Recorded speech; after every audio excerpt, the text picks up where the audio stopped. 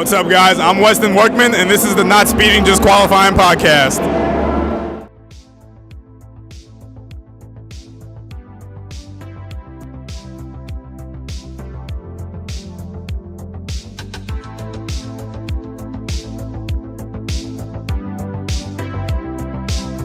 Hop in, buckle up, and get ready to lay it on the line.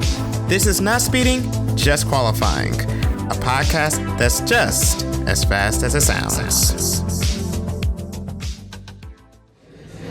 What's good, everybody? I'm David Lawrence. Welcome to the Not Speeding, Just Qualifying podcast. Thank you guys so much for tuning in to today's episode. Before we get started, make sure you guys like and subscribe.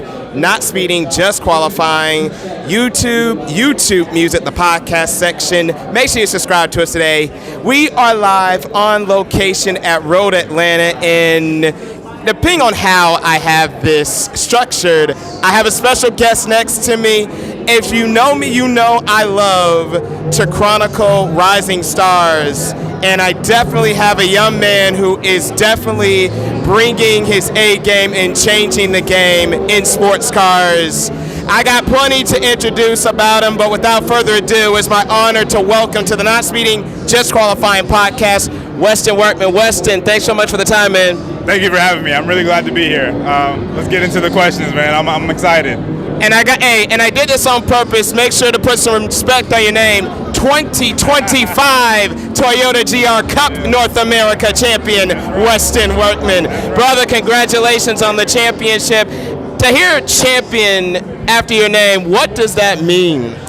It means the world to me. I mean, I've been working on getting the championship now for has to be 2 or 3 years now. So I did my first ever professional race in GR Cup 2 years ago.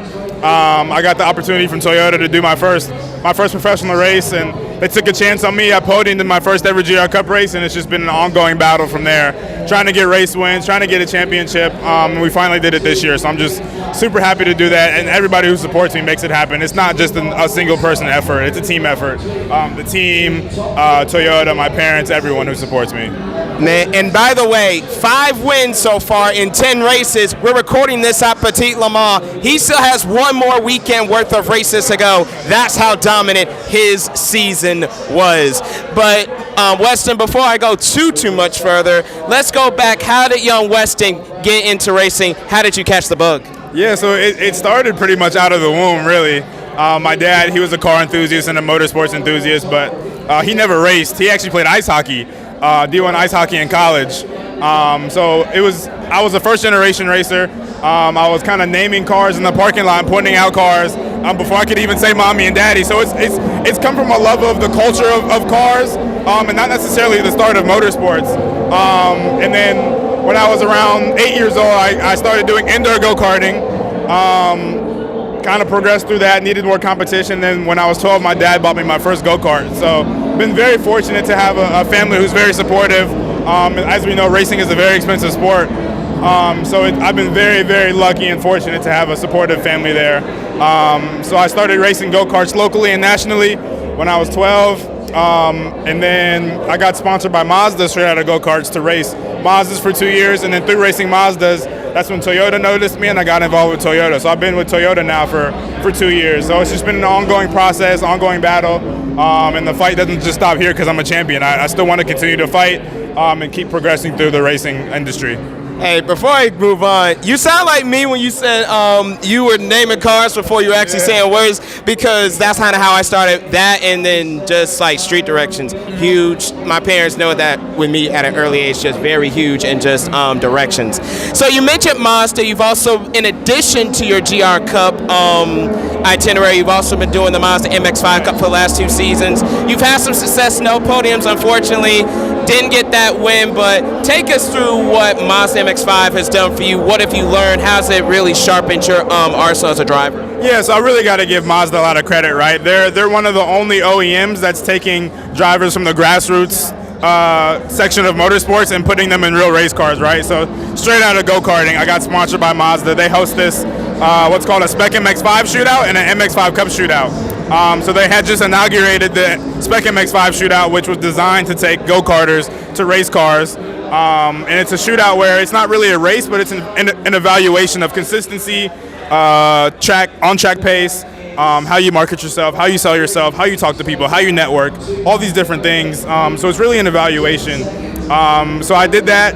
I competed in that my first year in 2020, and then didn't win it that year. Came back a second year, and I won the Spec MX-5 shootout, which was $50,000 to compete in the Spec MX-5 Challenge Series for, I think it was 2022. I'm getting my years confused a little bit. But I competed in that in 2022. And then I moved up to the MX-5 Cup Scholarship. Did it similar to Spec MX-5. I didn't win it the first year, but came back a second year and won it. So Mazda was my first introduction to sports cars and racing and OEM support. So I really got to give those guys a pat on the back for what they've done for me and what they continue to do for my career, because that was my first taste of driving a race car.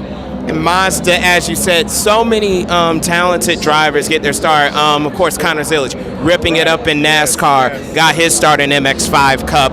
But I want to come back to NASCAR. I got a particular question about that a little bit later, because you mentioned it also while you were going through your Mazda matriculation. Toyota got a hold of you. You're now a Toyota Gazoo Racing Development driver. How did that opportunity come about that you came under the Toyota umbrella as well? Yeah, so it's actually a really funny story. So I was racing Spec MX-5, like I said, and then Toyota, it's all been right place, right timing for me, right? So Toyota had just inaugurated the GR Cup Series, which is kind of like an entry-level form of pro racing with the GR86 Cup cars. So it's a single make series. It's all GR86s. So they had a development program that they were going to take drivers and kind of put them through the sports car ranks. So Tyler Gonzalez in 2023 was the first driver to be a Toyota development driver on the sports car side. So he raced in GR Cup in 2023, won the championship, then moved on to the GT4 car. So Toyota needed a new guy to kind of come in and fill Tyler's shoes in GR Cup, and I was next in line. And how that happened was so funny. So I'm also a college student. While I'm racing, I study business marketing at UNC Charlotte. So I'm in the dining hall. I'm skipping parts. So I got the call to do my first GR Cup race at Road America. I podiumed, and that kind of solidified the deal for me. So I'm in the dining hall at college, just eating by myself in between classes, right? I get a call from Toyota, and they said, we're going to put you in the seat for next year. And you should have seen the smile on my face, man. I can't imagine what other people in the dining hall were thinking, right? I'm sitting there eating by myself, and I can't stop smiling. Like that was a life-changing opportunity for me. And then in 2024, I was a factory driver for Toyota in the GR Cup Series. So that was a really big accomplishment for me. By the way, for those 49ers coming across this, shout out UNC Charlotte 49ers, one time for the one time. But yeah, you guys got one heck of a soon-to-be alum on your hands. So 2025. You had your podiums through 23 and 24. 2025 came looking for that first win. Sebring, I think it was third round of the championship, came in doubleheader, both poles, both race wins, dominating, 7-8 seconds. Got a third win at VIR, and then a double victory at Barber to clinch the championship. As you were just going through those weekends, just take us through that Westin mentality, like you're going out there in the confidence with that first win at Sebring. How did that just continue just to build and build all year? Yeah, so I think it definitely started in 2024. So being a development driver for Toyota, they've set a few expectations on me, at the beginning of the year, right? They want to see me win championships. They want to see me win races. And that first year in 2024, when I did a full season of GR Cup, I didn't have any wins. I didn't have any championships. I thought I was done, right? So thankfully, I got another opportunity to come back in 2025 in GR Cup, and thankfully, I proved that I really belong, right? So I moved teams. I switched to BSI Racing for this year. They've been a really big help for me. But yeah, so coming into this year, they kind of told me, we want to see wins. We want to see a championship. So coming into the season, right, it was kind of a mixed feeling of emotions, because it's hard to get race wins, because obviously you're putting yourself at risk all the time when you're getting race wins. You're putting yourself at risk of getting in a crash or getting too aggressive or things like that. So it's kind of finding a happy medium of championship driving and race winning driving. And I think I found that happy medium this year. So yeah, coming into the beginning of the season, right, I knew I wanted to win the championship over race wins. So it kind of took me a little bit to kind of find a groove, get consistent. And then, like you said, at Sebring, we kind of just took off with it. 2 poles, 2 wins, and that kind of set it off for me. It took a little bit of weight off my shoulders because I had been trying to win a GR Cup race for 2 years, and it finally happened. And as soon as that happened, the floodgates kind of opened, right? So we won again at VIR, and we had a double win at Barber Motorsports Park. So it's been a very long ride, but also an accomplishment one as well. And now here he is. Like I said, he has the final round of the Toyota GR Cup North America next weekend, Indianapolis. If you want to watch Westin in action, stream it on the GT World YouTube channels. Now we've looked at 2025. We looked at how you got here. Now let's look ahead. Still in the Toyota in the TGR program, 2026, and a little bit beyond. What are you looking for? What's the long term? Do you kind of see yourself racing with Lexus and sports cars, maybe in the hypercar, or even since you say UNC Charlotte, do those NASCAR bells ring a bell with you in being the TGR development program? Yeah, I think, my philosophy has always been I want to have a successful career in motorsports no matter where it is, right? And I think being involved with a company like Toyota now, what they have their toes dipped in, I think that's very possible, right? There's sports cars, there's NASCAR, there's dirt racing. There's so many different things that Toyota has their toes dipped in. But I think at the moment right now, my path is definitely sports cars, and I've always had a goal that I want to be a Lexus factory driver. So trying to chase that dream at the moment, this industry is really tough, trying to find the right funding, the right people to support me, and also try to get those race results. So hopefully moving up next year and continuing down that path to becoming a Lexus factory driver. For what it's worth, I've been while we were getting ready for the interview, I was watching Westin. Westin has been working the room. We're in the Lexus hospitality tent recording this interview, and he has been doing quite the job working the room to make sure he gets those sponsors for the future.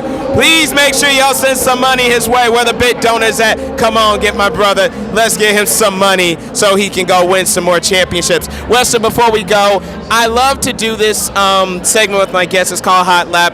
3 rapid fire questions, a little bit less, kind of like take the roll off. So, Sector 1, you mentioned you are a businessman. You're in business management at UNC Charlotte.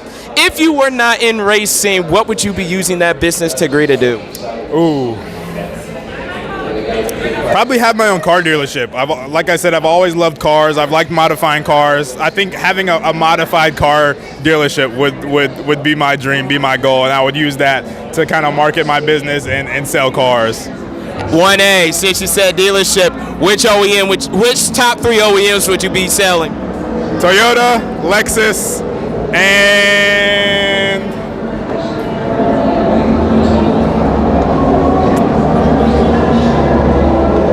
damn, I'm folding on these rapid fire questions. No worries. Toyota, Lexus, that's 2 for y'all. Toyota, hey, Lexus. I'll take it. I know he got to keep it kosher on that one. Sector 2. When Wes is not on his racer diet, what is your go-to cheat meal? Go-to cheat meal? Probably some Cheez-Its. Honestly, some Cheez-Its. I've liked Cheez-Its since I was a little kid. I don't know what it is about them, but they get me going. Regular or white? Regular. Hey, I had to ask it because there's some people out there that love that white cheddar Cheez-Its. I is one of them. Finally, Sector 3. I end this with all my guests. I love to ask this question. Motorsports related or not, what is the biggest item on Westin's bucket list right now? Biggest motorsports related or not, I'm going to give you 2. So I think motorsports related, definitely becoming a factory driver for Lexus. That's big on my bucket list. Not motorsports related, but still kind of related to cars. I want to visit Tokyo, Japan. That's always been one of my dream spots to go to. Tokyo Drift is one of my favorite movies. And just the car culture there, the people there, I want to experience it. It's a thing I want to check off my bucket list for sure. Like I said, make sure like I said, at the time of this recording, Westin has one more round of the Toyota GR Cup North America to go. He'll be at Indianapolis next weekend, October 17th and 18th when we drop this episode. Again, tune in, GT World YouTube channel. They'll stream both races live. So make sure you cheer Westin on. Make sure you support this brother. He is an up-and-coming star on the rise. He is a single make champion, and let me tell you something, that is no easy feat. Westin Workman, Toyota GR Cup North America champion, Toyota GR factory development driver. Thank you so much for the time, my friend. Thank you for having me. I really appreciate it. This was a lot of fun. Hey guys, that's going to conclude our show today. For the record, if you want to follow us on social media, we're all over the place. You can use our link tree to get to our social media, Instagram, X, TikTok, Blue Sky, at NSJQ Podcast. Remember to subscribe to us on YouTube and YouTube Music. Make sure you share our stuff so that way everybody can make sure we're seeing our content. And if you want to follow me, below this, the description box of the episode, you'll find all of my social media feeds. We'll talk to you guys next time for another episode of the Not Speeding, Just Qualifying podcast. I'm David Lawrence, and remember, you're not living life to the fullest until you're going flat out. So long, everybody.